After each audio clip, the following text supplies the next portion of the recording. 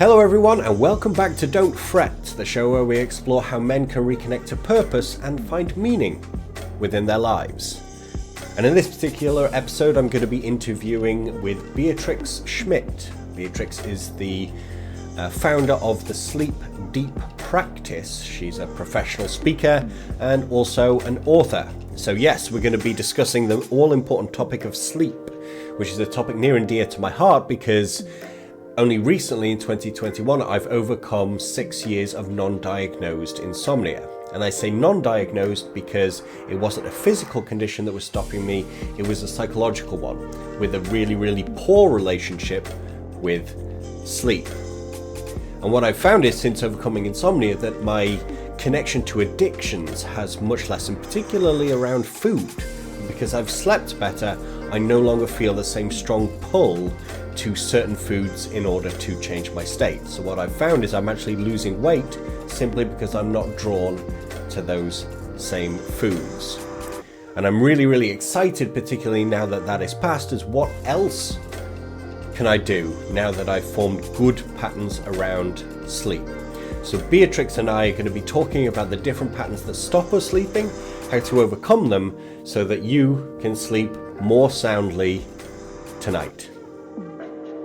So let's get started.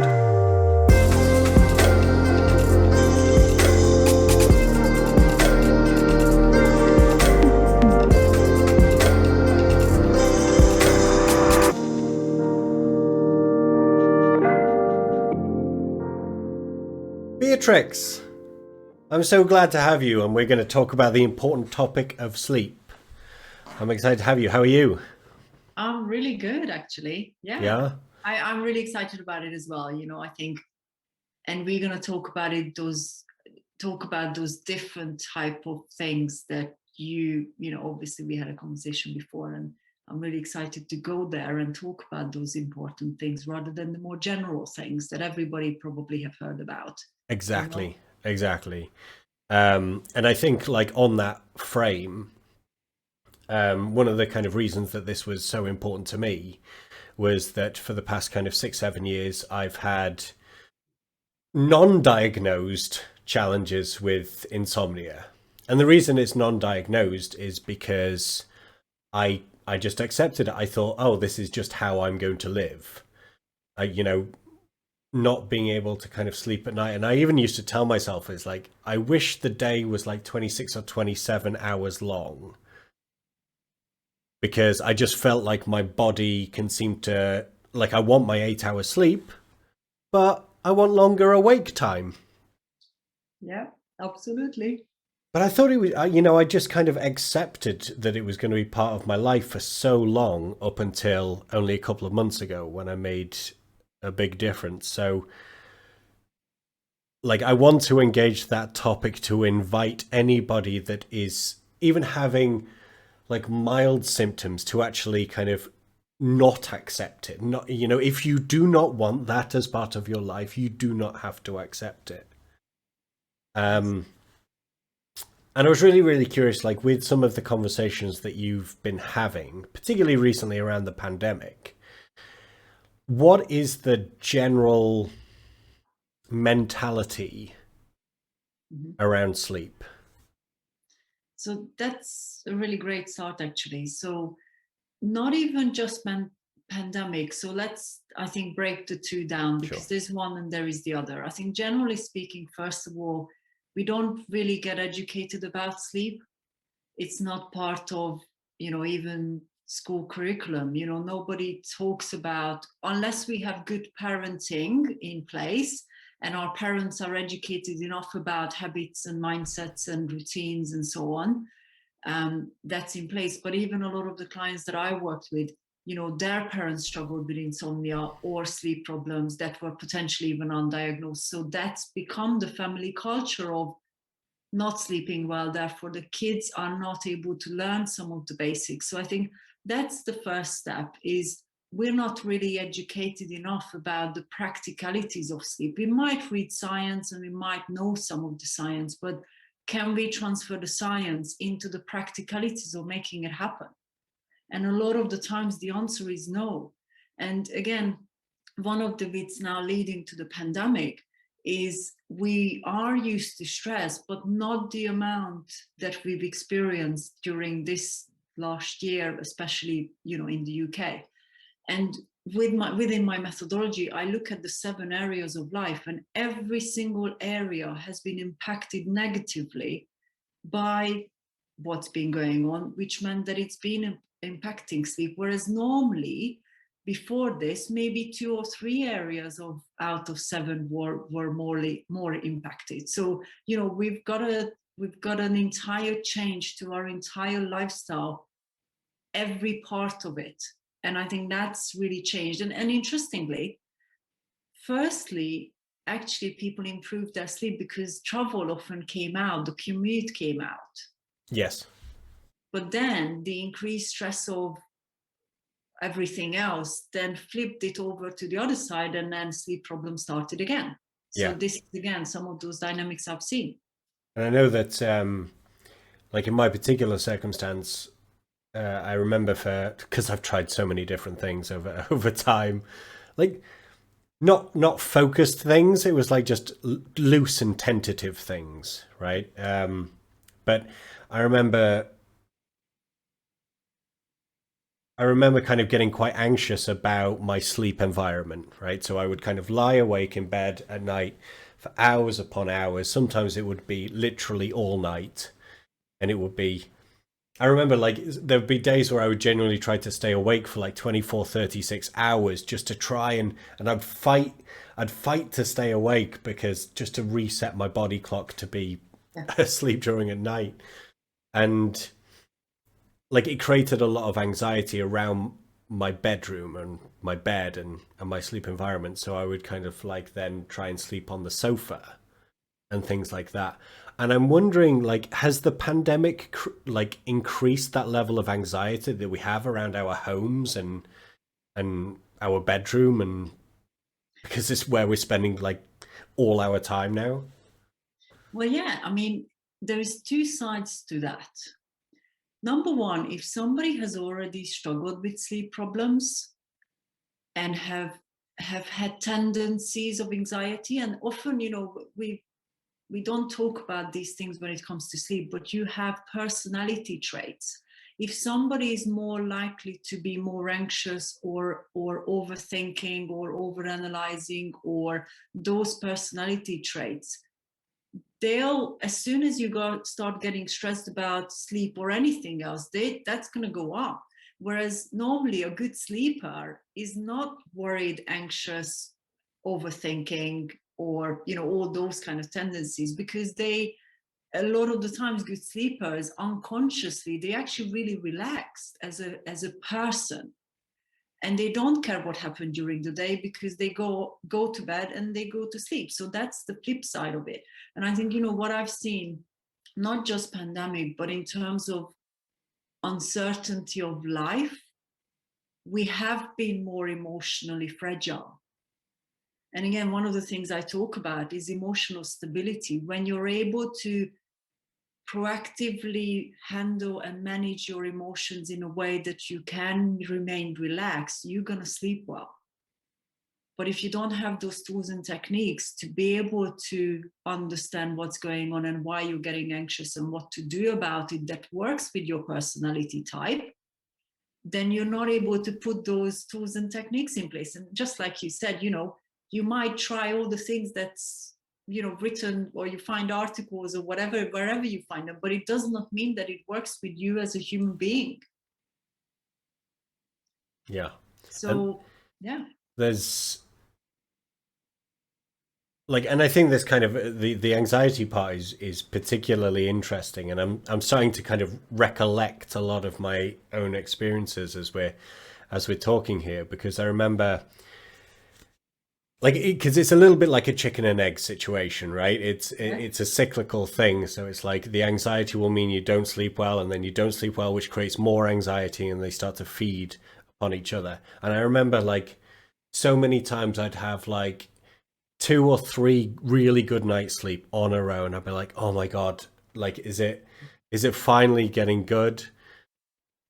And then that thought process would create a fear that if one little thing went wrong, then it would start the cascading thing. And that fear would set in. It would actually create the thing. Anxiety would start to increase. Bad night's sleep, and then just start to on that perpetual downward spiral again. Is that quite a common? Yes.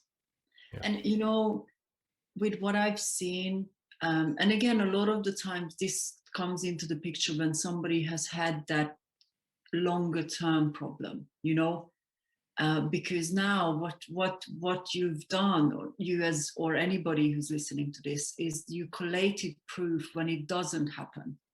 So as human beings, we then start switching to, well, I know it doesn't happen, so will it happen? Rather than actually building onto, I am sleeping some and I'm safe and I'll be okay. And let's build on the good stuff, not on the questioning all of the negative and the stuff that doesn't work. And again, I think this is again goes back into not knowing what works. Because if you don't know what works, you're hoping that something will. And that's a very different place than walking into your bedroom and knowing exactly how and what will help you to guarantee good quality sleep.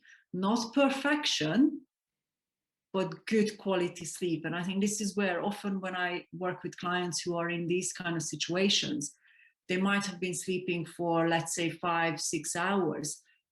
The first step is not to aim for 8. The first step is aim for 6.5, maybe 7. So you see the gradual improvement, which gives you the confidence to know that it is going to work rather than question whether or not it's going to work. It's interesting that, because I've never really imagined it, or I've heard it framed in a way that sleep is a confidence game. But I can see that now. Exactly. And I think this is, again, this is start to build that picture. You know, if you don't know what works for you, you can't be confident about making it happen. And, you know, I talk about sleep confidence because opposite of sleep anxiety, potentially, what we're talking about here really is this. Most people not necessarily anxious in the daytime, but they're anxious about sleep. So you have this, people started calling it sleep anxiety because it's sleep related, not life related. And it starts this lack of confidence of knowing how sleep will be. Do I know what to do about it? What I'm trying or putting in place, is it even going to work for me? So it creates the uncertainty that then drives the rest of it, right? Yeah, I can certainly kind of resonate with that. And I also want to come back to the education piece, because I remember when I was semi focusing on it, and you kind of reach out for information.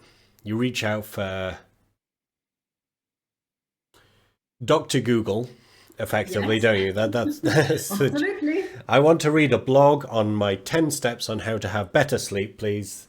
And I remember getting really frustrated by conflicting and contradictory advice. Yeah. Because I remember literally in the same day, I can't remember what the podcast was, but it talked about how, I think it was on stress, and it talked about sleep and 7 to 8 hours, or 7 to 9 hours, I think, per night. And then I saw this sleep doctor, Michael Seuss or something like that,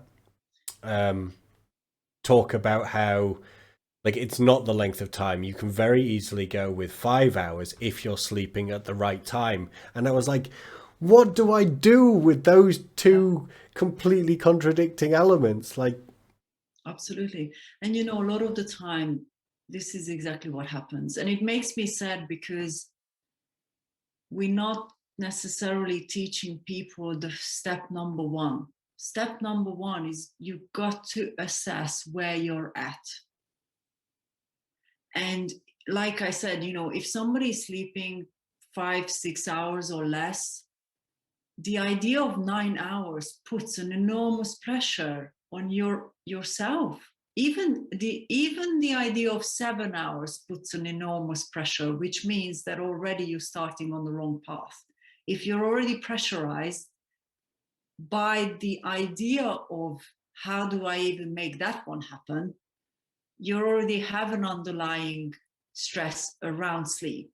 And I think, on the opposite side, if then we're saying, oh, 5 hours is enough, it's more about the quality, then you're not talking about you need enough hours, and that enough hours is all quality and quantity combined that works for you as a human being with your makeup as an individual, that gives you the refreshed feeling in the morning. And we often, these articles often don't combine the two. It's not just about the hours, it's about your ability to be able to fall asleep, your ability to be able to sleep through the night, your actual ability to figure out how long do you need to wake up refreshed. Yeah. It's not just an hour thing. It's not, and also, here we're looking at the emotions. You might have 6 hours of good quality sleep, but now potentially you're judging yourself for not having 7, but actually 6 would be really good, but you're underestimating where you're already at, which is good. Yeah.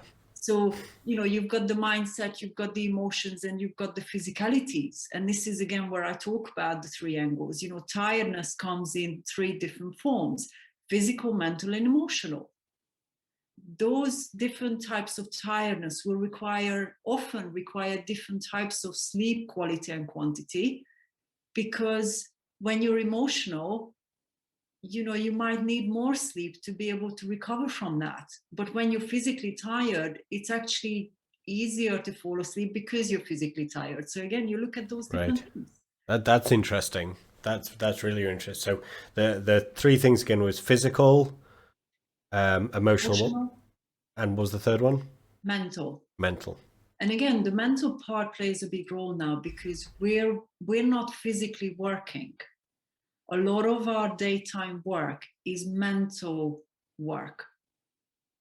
It's a lot of brain. We use a lot. I personally think we'll use a lot of brain power versus 50, 60 years ago, when people used to work in factories doing manual work. So again, the culture, the lifestyle has changed, which means we need different tools.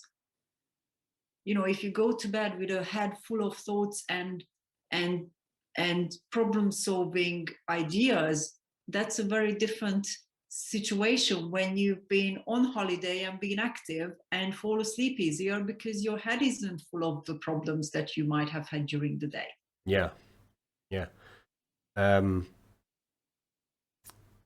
And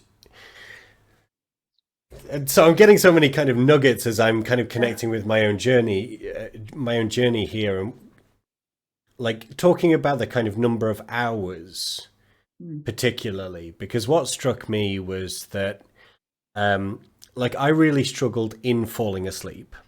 Yeah, took a long time, but I would still get my 8 hours. And one of the reasons that I still got my 8 hours was that I had my own business.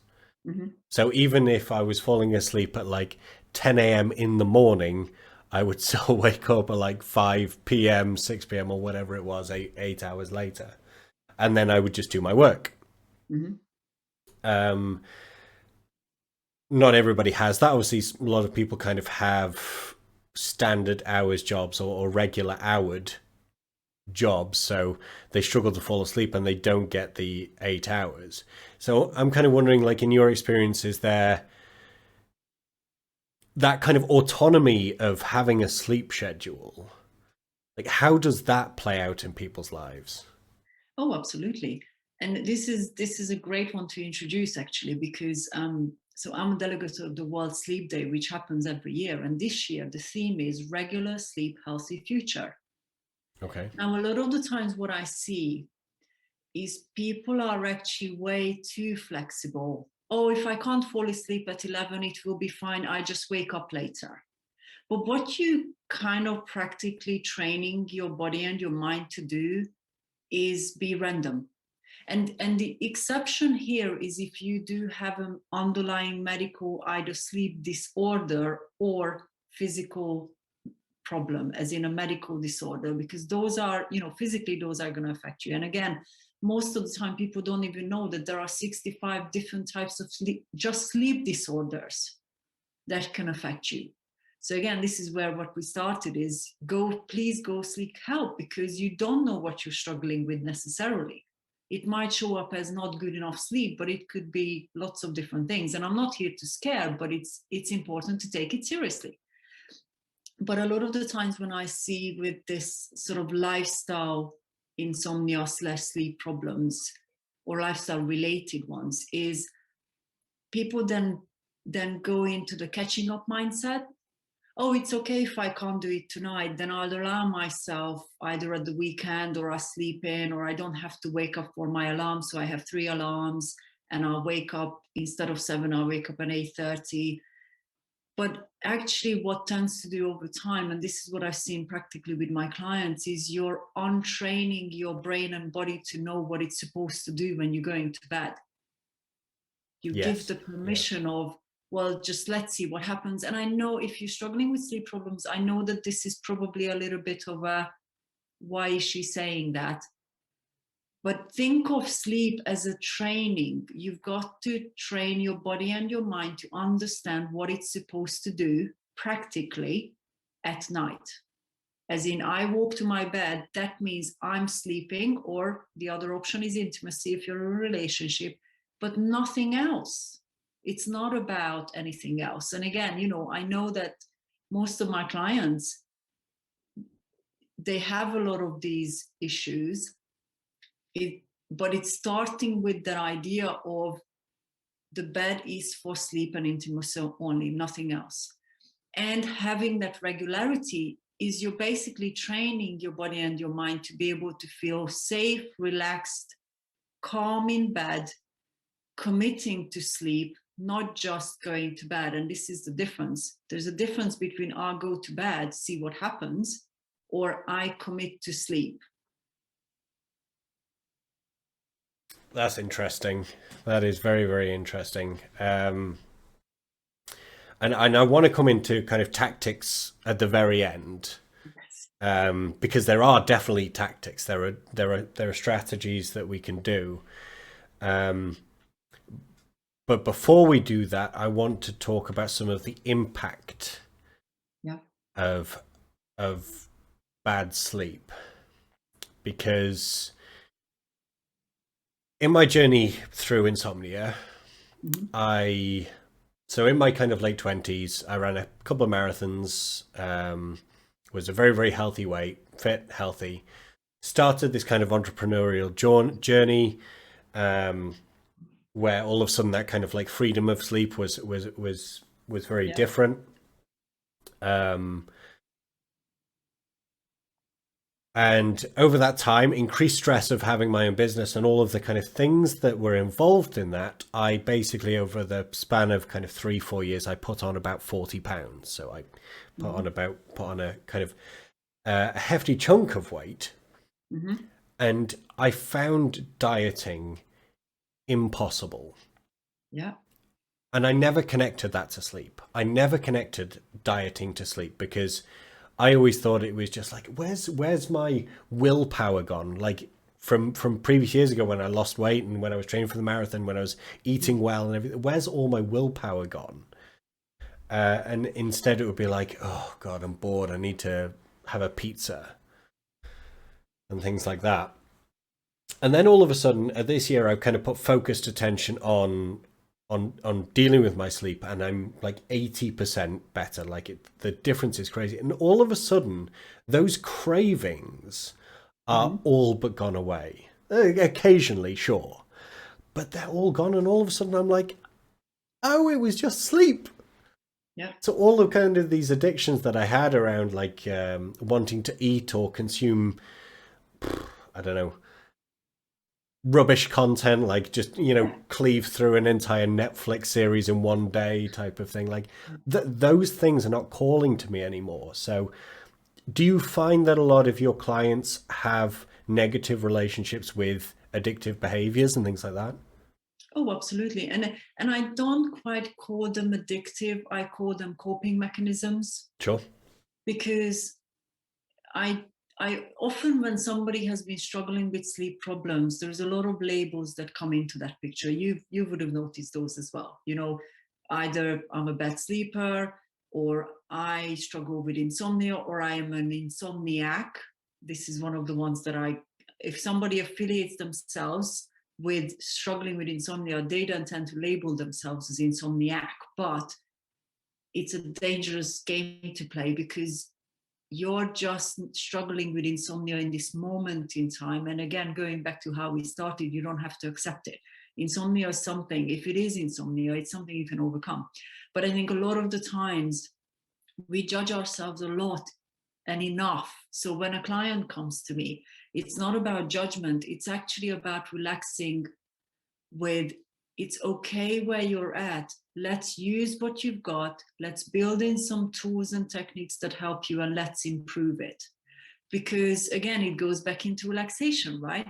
So sleep can teach us a lot of different things, because what is sleep? Sleep is utter relaxation, letting go of the day, not worrying, not caring about what the future holds or what the past was about. It's truly 100% committing to sleep with the purpose of getting refreshed in the morning, really. Yeah. And so when you look at some of these behaviors, of course they'll be there, because that's how you coped. That's how you got through the day. But they're not really helpful. So you start seeing, okay, so, and this is where I start with clients. That's why the sleep diary is one of the most important foundational pieces of work that I do, is the sleep diary, which will show us what are those coping mechanisms that are actually driving some of the problems, like eating habits. You know, if somebody skips breakfast and lunch, and has a heavy late dinner, guess what happens? Your body's going to be focused on digesting and recovering from the bad food you've given it, instead of focusing on sleeping, as one example. Yes. So, and again, a lot of the times I see this, when you don't have enough energy during the day, at the end of the day, you have this feeling of, I haven't achieved enough. Self-punishment, some of those judgments. Feeling not worthy of sleep then. Feeling absolutely, I should have done more. I'm just going to work a little bit more to finish something. Therefore, again, starts the cycle. So I think eating and drinking habits and some of the daytime behaviors of not being able to really truly support ourselves. And again, it goes physically, eating and drinking habits, emotionally, not taking the time and dealing with some of those emotions we experience. And that's true for guys too, not just for women. Guys do have emotions, even if maybe you don't want to embrace them, right? 100%. And then you've got that mental element. Yeah. And you kind of mentioned there, like the identifiers as well, like the like, I'm not a good sleeper, I suffer from insomnia, or I am an insomniac. Is it just like a spectrum thing, or is there actually a definition between someone who maybe just kind of struggles sleeping versus someone who has insomnia? Is there is a definition of it. I think one of the things I found, and the reason I'm not going to give the definition, because actually a lot of the times, yes, it's important to understand, but I actually always just look at a scale rather than labeling it, because if I start labeling my clients, guess what happens? They start labeling themselves. Yes. So I almost want to break that down rather than build it. So what I look at is, what is the scale of, or the extent of the sleep problem? Because when we look at the scale, now we're not dramatizing it as much. We're able to see, okay, well, one day was this, another day was that, which actually gives us hope rather than it's all terrible. So in general terms, we look at insomnia as two types. One is a short-term insomnia, which generally tends to be triggered by life events, so significant life events. pandemic was one of those significant life events, right? Another example is, divorce, relationship breakdown. Actually, it could be a new relationship too, because as you're building a new relationship, you may be not so comfortable with each other initially. That can cause some issues. You look at intimacy. Any insecurities around relationships can trigger some element of insomnia. But again, we look at the shorter term. So generally, short-term insomnia is described as a minimum of 3 nights of not being able to fall asleep within half an hour, not be able to sleep through the night, and wake up tired. And a lot of the times, the wake up tiredness is what we tend to downplay. Oh, I'll just get on with it. Yeah. Right. But if you're waking up tired, you have a sleep, most of the time you will have a sleep problem, go address it. And then the longer term insomnia is when we look at a 3-month ongoing problem. And again, the definition is similar. It's just that it means that now it's actually 3 months, which means people start adjusting their lifestyle to cater for the sleep problem. So you flip your life, and the main focus is about I can't sleep. Whereas within the 2 weeks, most people actually kind of relax back into it, and it's okay, it's going to be over, I'll sleep again. But the longer it is, the longer you're now designing your life around it. And you mentioned that one of the key words there about relationships.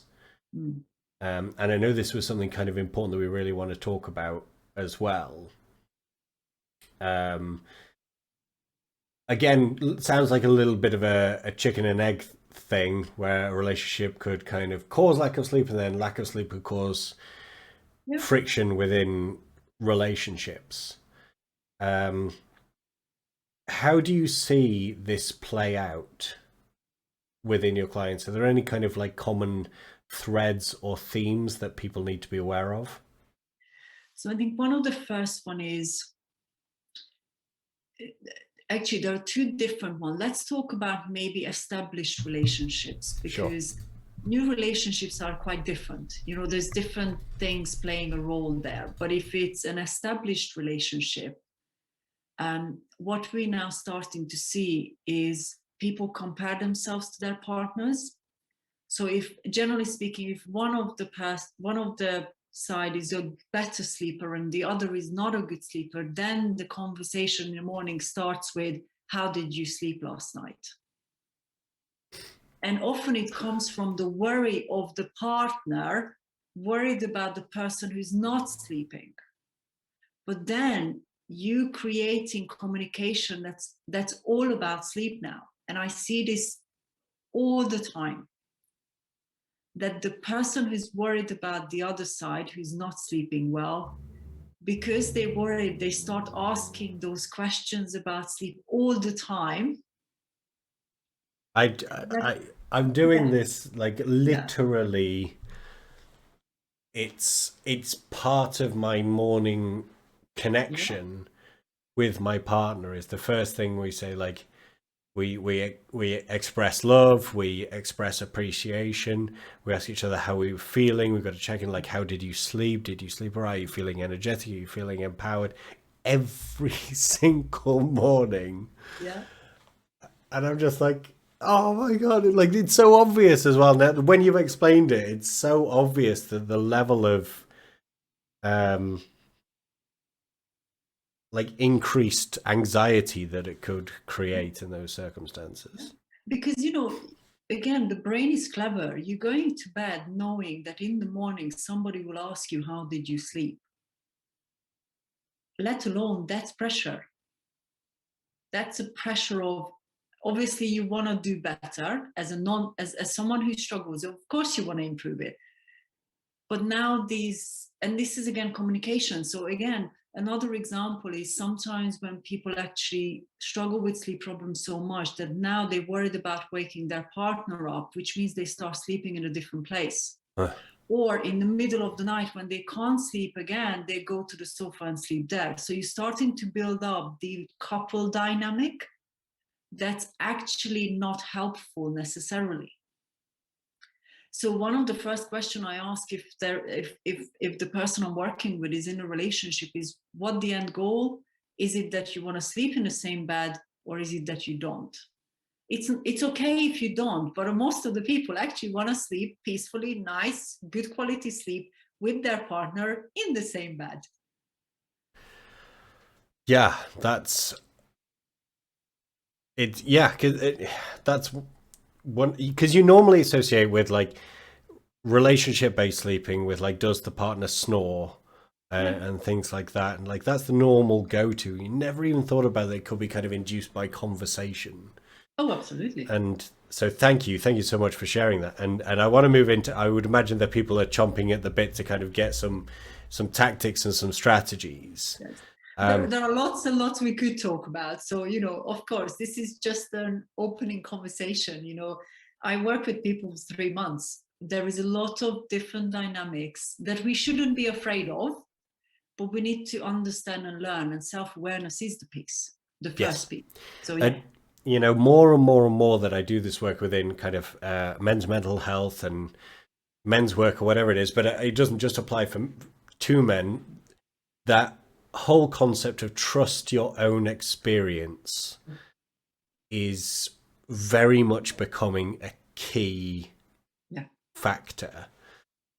And the thing that kind of, the reason that makes such a difference is because like so often I could hear you say, you tell me about like some of your sleep patterns, and then I would try it and it wouldn't work, and it would be like, oh God, well then I'm just bound to be a bad sleeper. That's just my life, because I tried what works for you and doesn't necessarily what work for me.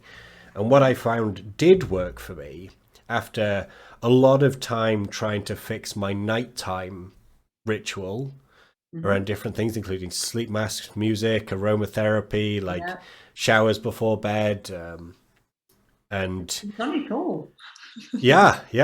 And then the thing that made the difference was actually associated with the morning.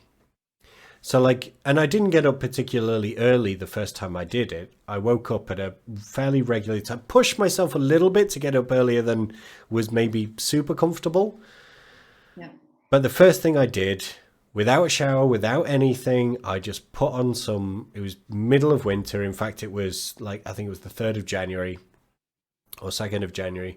I put on my winter clothes and I got outside and got sunlight on my face. The first thing. That night was one of the best night's sleep I've ever had. And that was your story. And I've got different stories from every single person, slightly different stories, because ultimately we've got to work with who we are as human beings, as an individual. And that's it. Everybody has something different that makes them tick, Yeah. even when it comes to sleep. And often, a lot of the times, often people think that it's a lot of things, like I've got to change my entire life to overcome this. No, you've got to do the right steps that's small enough where you make enough progress to overcome it and build. And I guess that's where, because you mentioned the sleep diary, Yeah. where that becomes important. So what is a sleep diary? So the sleep diary is a tool. It's a PDF paper, but it's way more than just a sheet of paper. This is what I use with my clients to relax about sleep, but also understand and completely be honest with ourselves with where we're at, and not get frustrated or upset about it. So a lot of the times, there's so much emotion around not sleeping well, but the sleep diary actually guides us to, okay, well, how was it today? And I'm not going to go through the questions because we won't have enough time, but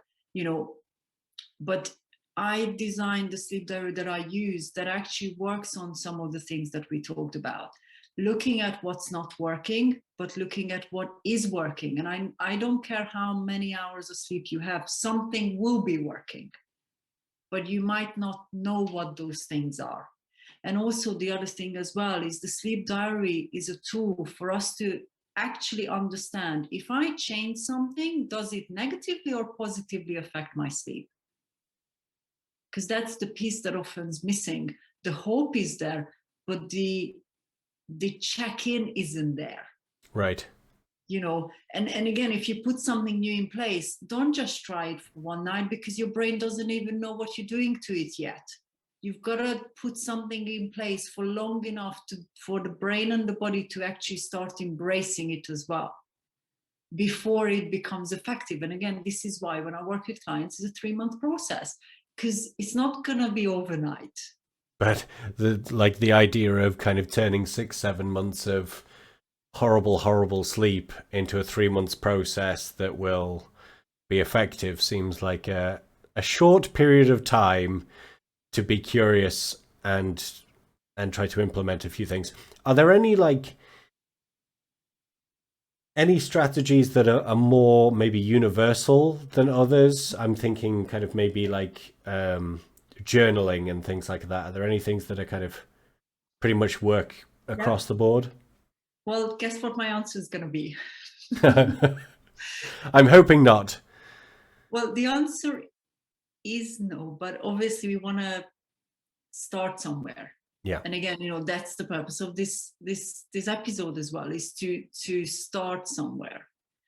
And the start somewhere is first establishing where are you on that scale.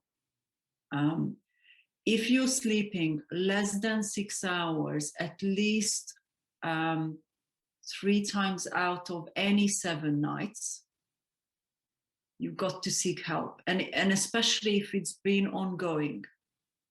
Because the problem with those situations is you're less likely to see what's playing a role there, because you've lived your life that way.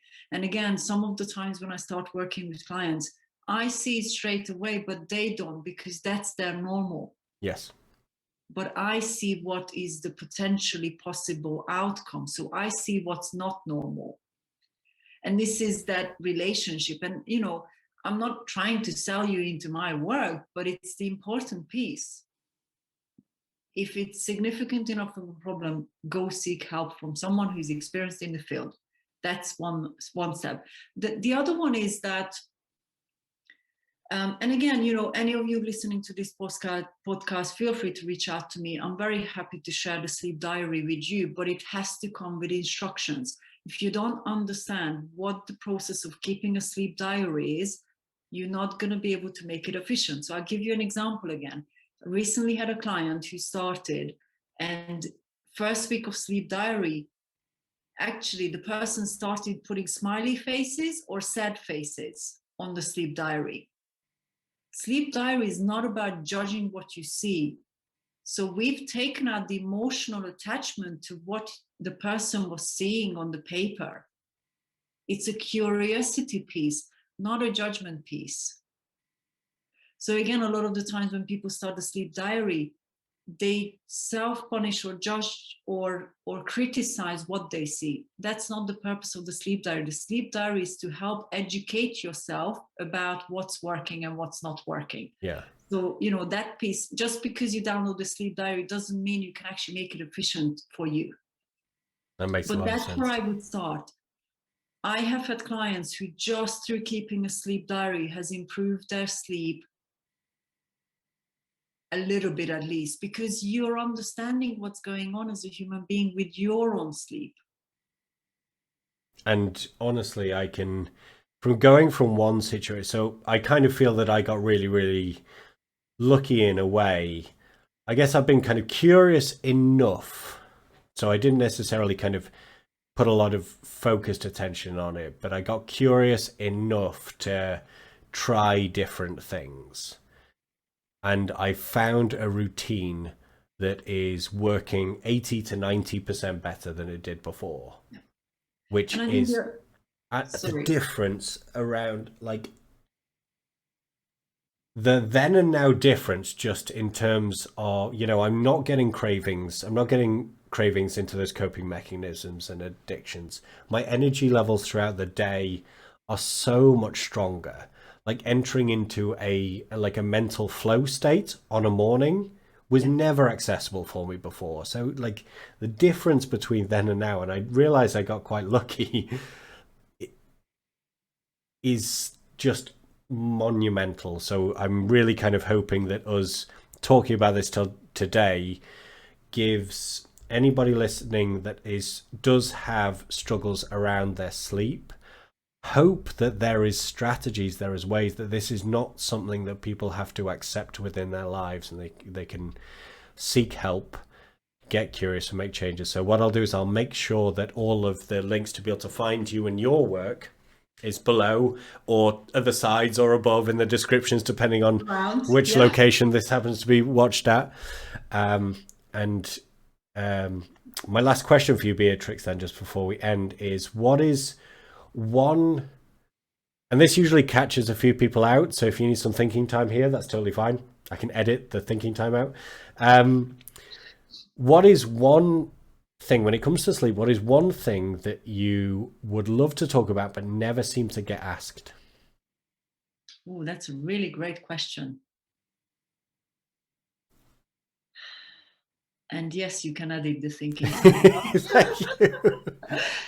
You know, actually, it's not that difficult, because I think one of the things that I started really talking about in 2021 is look at sleep as not a scientific and rocket science, but look at sleep skills for life.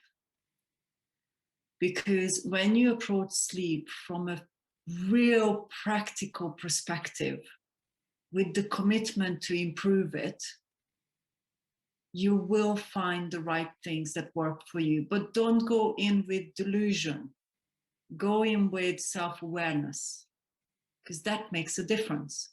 You know, all the trying, if for example, somebody sees an article which says, oh, you should go to bed at 10 o'clock, but you know that's not you, don't put it in place. You know, another one, if you hate the smell of lavender, please don't spray it all over your pillow, because it's not going to help. Self-awareness piece is the piece. Yeah. And then looking at building the skills.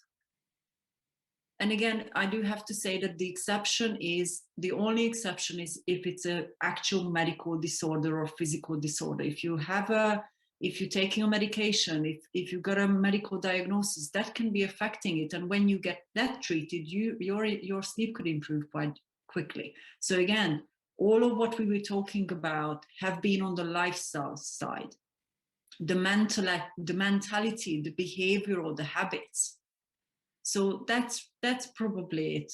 Yeah. Most people don't ask. I get asked about blue lights and everything, but you know, we would be here for 3 days solid if we were going to nitpick every possible strategy out there, for sure. But no, thank you so much for joining us and sharing with us your wisdom here, Beatrix. I hope it'll make some difference in a few people.